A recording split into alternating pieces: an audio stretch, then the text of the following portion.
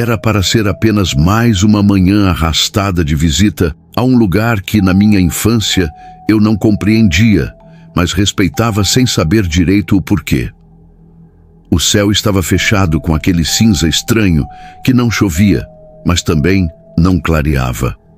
Eu devia ter uns 8 anos de idade naquela época. Minha mãe tinha insistido para que eu acompanhasse meu avô Geraldo até o cemitério que ficava no alto de uma colina. Ele queria limpar o túmulo de seu irmão mais novo, um rapaz que, segundo ele, foi embora cedo demais. Nunca entendi bem o que aquilo queria dizer, mas meu avô repetia essa frase como quem carrega uma dor antiga. A subida até o cemitério não era nada fácil. Não havia estrada de carro que levasse até lá.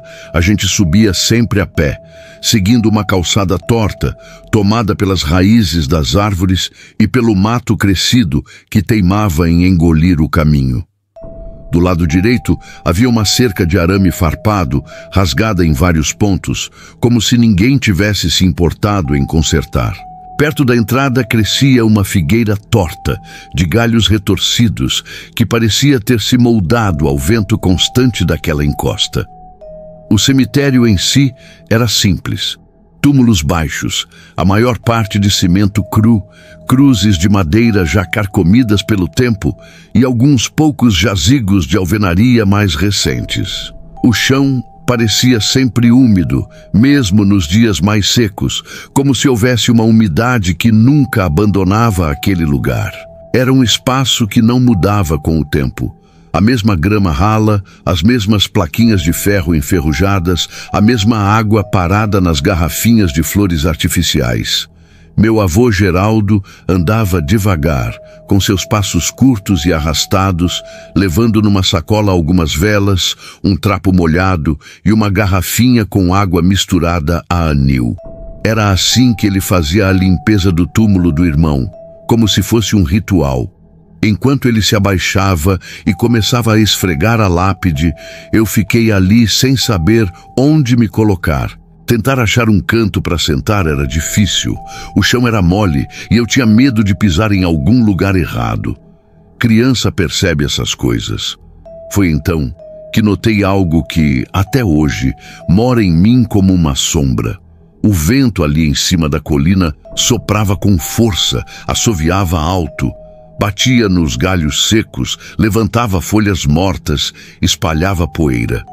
Era como se o ar estivesse sempre em movimento. Mas havia uma exceção. Uma fileira de túmulos antigos, bem no canto do cemitério, permanecia intocada pelo vento. Ali, o ar parecia parado, abafado, como se estivesse suspenso. Eu senti aquilo e não entendi. Não era medo ainda, era apenas estranheza. A fileira chamava a atenção. Cruzes tortas, placas amassadas, túmulos baixos. Fui me aproximando devagar, pisando com cuidado. O chão, diferentemente do resto do cemitério, estava quente, embora o sol mal alcançasse aquele canto.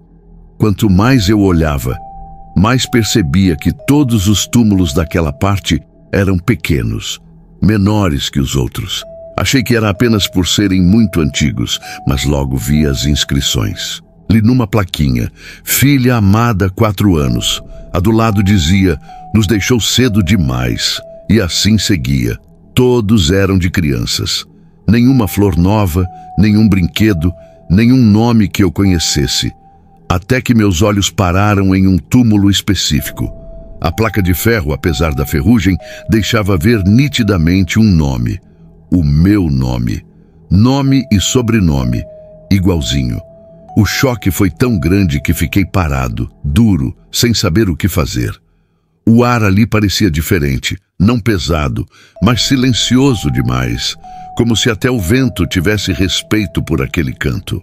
Quando meu avô me chamou de volta, apenas virei e fui, sem conseguir responder. Não contei nada a ele, nem naquele dia nem depois. Era como se aquilo fosse um segredo que eu não deveria revelar. A vida seguiu. Os anos passaram. Eu cresci, mudei da cidade, virei adulto, enfrentei minhas batalhas e nunca mais voltei àquele cemitério. Até que, décadas depois, quando meu avô Geraldo faleceu, eu decidi subir novamente sozinho, em uma manhã muito parecida com aquela da infância. Céu cinzento, ar abafado, vento constante. A subida estava igual. A figueira ainda permanecia torta, com as raízes escapando do barranco, mas o cemitério parecia mais apagado, mais esquecido. Muitas cruzes estavam tombadas, outras completamente abandonadas. A fileira ainda estava lá, e o vento ainda não passava por ela. Procurei ansioso o túmulo onde na infância tinha visto meu próprio nome. Rodei, agachei, limpei placas com a manga da camisa. Nada. Em vez disso, encontrei apenas uma placa de ferro totalmente enferrujada, sem inscrição alguma, como se o nome tivesse sido arrancado ou nunca colocado. Antes de ir embora, caminhei até a figueira. Fiquei parado, olhando para cima. No pé da árvore havia um pequeno trenzinho de madeira envernizado. Era idêntico ao que eu tinha colocado no túmulo do irmão do meu avô no dia de seu velório, cerca de 30 anos antes. Não era possível ser o mesmo objeto, mas era. Eu não toquei nele, apenas olhei e desci. Aquela lembrança nunca me abandonou. Eu não sei explicar.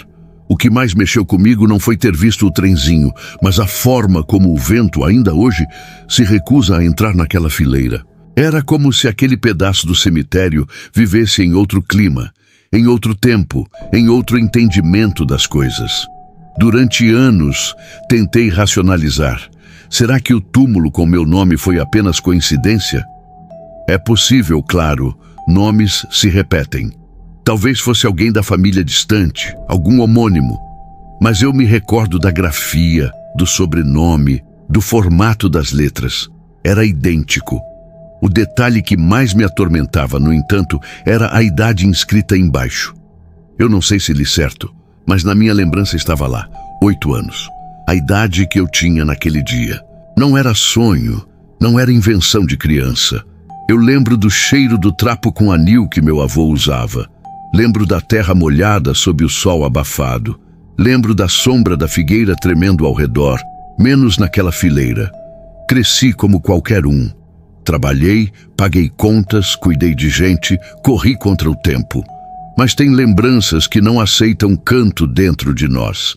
Elas ficam andando soltas, feito bicho escondido no mato seco, e às vezes param bem no meio da nossa estrada, obrigando-nos a encarar. Na semana seguinte àquela visita adulta, fui atrás de quem cuidava do cemitério. Era um rapaz novo chamado Sérgio, filho do antigo zelador. Contei mais ou menos a história sem revelar tudo. Disse que procurava o túmulo do meu tio-avô e mencionei a fileira sem vento. Ele riu, mas meio sem graça. Disse que aquela era a parte velha, que ninguém mais enterrava lá porque o chão afundava fácil, problema de drenagem. Quando perguntei sobre um túmulo com meu nome, ele ficou sério. Disse que as placas dali eram difíceis de manter, que muitas tinham sido arrancadas no último temporal e que outras se apagaram com o tempo. Perguntei sobre registros antigos. Ele respondeu que só havia anotações manuais, que nem todos os enterros tinham sido oficializados e que muita gente simplesmente punha e deixava lá. Essas palavras ficaram na minha mente. Como assim? Punha e deixava lá? Como se enterrar alguém fosse como largar um objeto num canto. A frieza dele me perturbou mais do que o mistério em si. Nos dias seguintes, uma inquietação maior começou a crescer dentro de mim. A sensação de que aquele túmulo não era apenas uma coincidência, mas uma espécie de reflexo meu. Como se existisse uma versão minha que ficou parada naquela fileira que não cresceu junto, que não desceu da colina. Porque desde aquele dia em que vi meu nome gravado na placa, nunca mais fui o mesmo. Fiquei mais calado, mais desconfiado dos silêncios. Deixei de brincar com bonecos. Por um tempo, sonhava que meu nome estava escrito em papéis colados no portão da minha casa, como um aviso. Nunca contei isso nem para minha mãe. Hoje, já com quase 40 anos, não sinto medo. Sinto respeito e inquietação. Carrego a impressão de que uma parte de mim nunca voltou de lá. Ficou encostada no fim daquela fileira, ouvindo o vento passar do lado e se recusar a entrar. Muita gente acredita que lugar assombrado é aquele onde aparecem vultos, onde portas batem sozinhas ou vozes sussurram no escuro.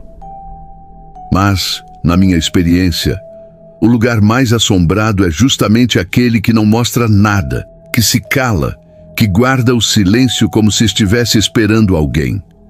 Talvez por isso eu esteja contando isso agora. Não para me livrar, mas para lembrar. Porque esquecer nesse caso seria pior. Eu não sei o que foi aquilo. Não sei se foi uma coincidência absurda, se foi uma mensagem, ou se era apenas uma sombra da minha própria vida, refletida antes da hora.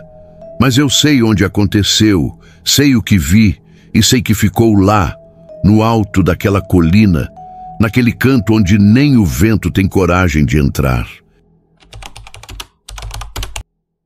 Era para ser apenas mais uma manhã comum, mas para mim não existem manhãs comuns desde aquele dia. Eu só vou ao cemitério uma vez por ano, sempre no dia 3 de agosto, nunca em outro dia, nunca em outra data. Essa escolha não é por acaso. É como se naquele dia o tempo me puxasse de volta para um ponto que eu nunca consegui atravessar. A lápide está lá, simples, fria, só com a data, mas sem nome algum. O nome eu pedi para não colocarem. O coveiro, na época, estranhou a minha decisão. Ele chegou a perguntar com a mão tremendo se eu tinha certeza, achando que aquele tremor vinha do calor que fazia. Mas não era calor, era medo. Medo de aceitar que aquilo tinha acontecido de verdade. Medo de escrever um nome que confirmasse a tragédia. Porque até hoje, no fundo da minha alma, eu não aceitei. O nome que eu havia escolhido era Davi. Eu nem cheguei a conversar com o pai dele sobre isso. Saiu de mim, como se estivesse escrito desde sempre. Mas no dia do enterro, com a terra ainda aberta diante de mim, eu pedi: coloca só a data, o nome não. Meu filho tinha 14 anos. Um menino bom, reservado, carregava consigo pequenas manias que me encantavam e às vezes me preocupavam. Ele gostava de desenhar em pedaços de papel e guardar aqueles desenhos dentro de livros velhos. Tinha também o costume de me pedir todas as noites para deixar a luz do banheiro acesa, mesmo que fosse apenas um fiapo de claridade. Era o jeito dele de enfrentar a escuridão. Naquele dia fatídico, ninguém conseguiu me explicar direito o que aconteceu. Ou melhor, explicaram até demais. Cada um trouxe uma versão. Uns diziam que ele tinha escorregado e caído no canal atrás da escola. Mas o detalhe que nunca me saiu da cabeça é que a mochila dele estava seca. Outros diziam que ele tinha ido por conta própria, mas isso também não fazia sentido. Davi tinha pavor de água escura. E além disso, naquele horário, ele deveria estar dentro da sala de aula. Demorou quase uma semana inteira até que a verdade, ou algo próximo dela, chegasse até mim. E mesmo assim, só porque um dos meninos da turma não aguentou carregar aquele peso. Ele me contou que tudo tinha começado como uma brincadeira, um trote cruel de fim de semestre. Prenderam Davi dentro de um daqueles tubos de concreto abandonados na construção atrás da escola. A ideia era que ele gritasse e assustasse quem passasse por perto, mas ninguém passou, ninguém ouviu. Quando finalmente foram verificar o barulho, já era tarde demais. A escola abafou tudo. A diretora me chamou em particular e pediu para não espalhar, para não manchar o nome da instituição. A polícia apareceu, fez algumas anotações em um caderno e foi embora, sem investigação, sem retorno. Os outros pais repetiam sempre a mesma frase: foi uma tragédia, mas você precisa seguir. Seguir para onde? Eu fiquei parada no tempo. Eu não comia direito, não dormia, não falava. 2 meses depois, eu comecei a ir até o cemitério. Nunca de dia.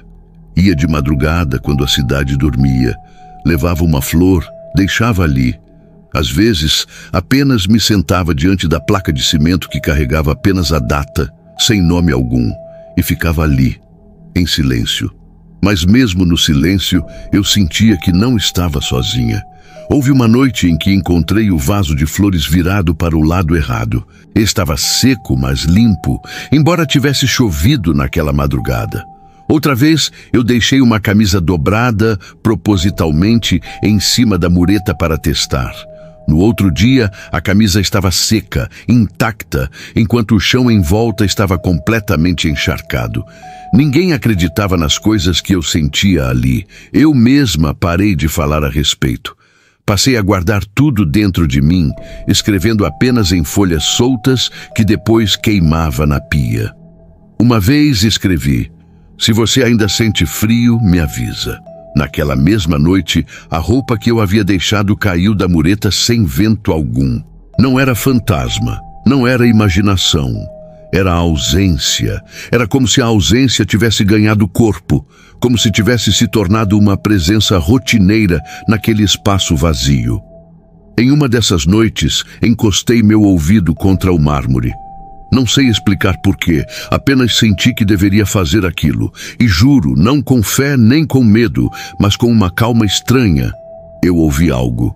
Um som leve, repetitivo, como se alguém estivesse batendo a unha devagar. Tum, tum, tum. Nunca contei isso nem para a minha irmã. Ela sempre disse que eu perdi o juízo, que deveria ter mudado de bairro, recomeçado a vida, construído outra família. Mas eu não queria outra família. Eu queria que alguém tivesse ouvido o que eu ouvi. No terceiro ano, um novo coveiro apareceu com uma plaquinha de madeira. Diz que a administração queria colocar nome em todos os túmulos sem identificação. Eu pedi que não fizesse. Disse a ele: "Esse túmulo já tem nome, mas não cabe em placa alguma." Ele me olhou sem entender nada, mas respondeu apenas: "Está bem, vai ficar assim então." E ficou. Acho que foi nesse dia que chorei pela última vez. Depois disso, fiquei seca. Era como se a parte de mim que ainda chorava tivesse sido enterrada junto com ele. O tempo passou e comecei a esquecer detalhes.